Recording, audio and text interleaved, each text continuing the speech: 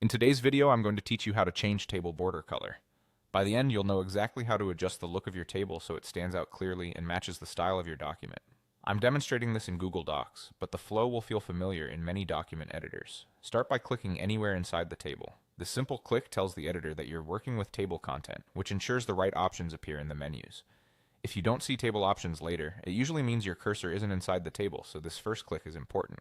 Next, decide whether you want to change the border color for the whole table or just certain cells.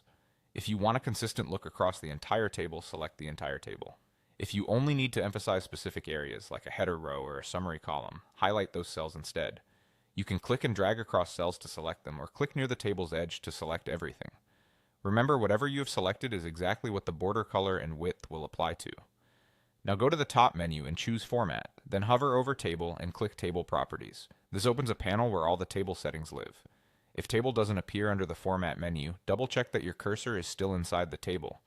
In the Table Properties panel, look for the Table Border section. Here, pick the color that best suits your document.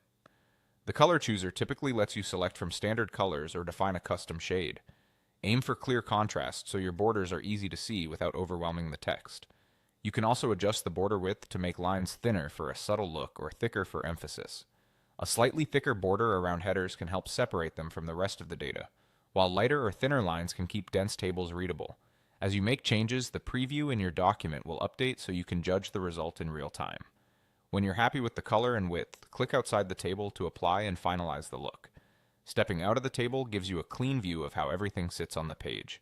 If something doesn't look right, just click back into the table and revisit table properties to refine your choices. And if you change your mind entirely, use undo to revert quickly. That's all there is to it.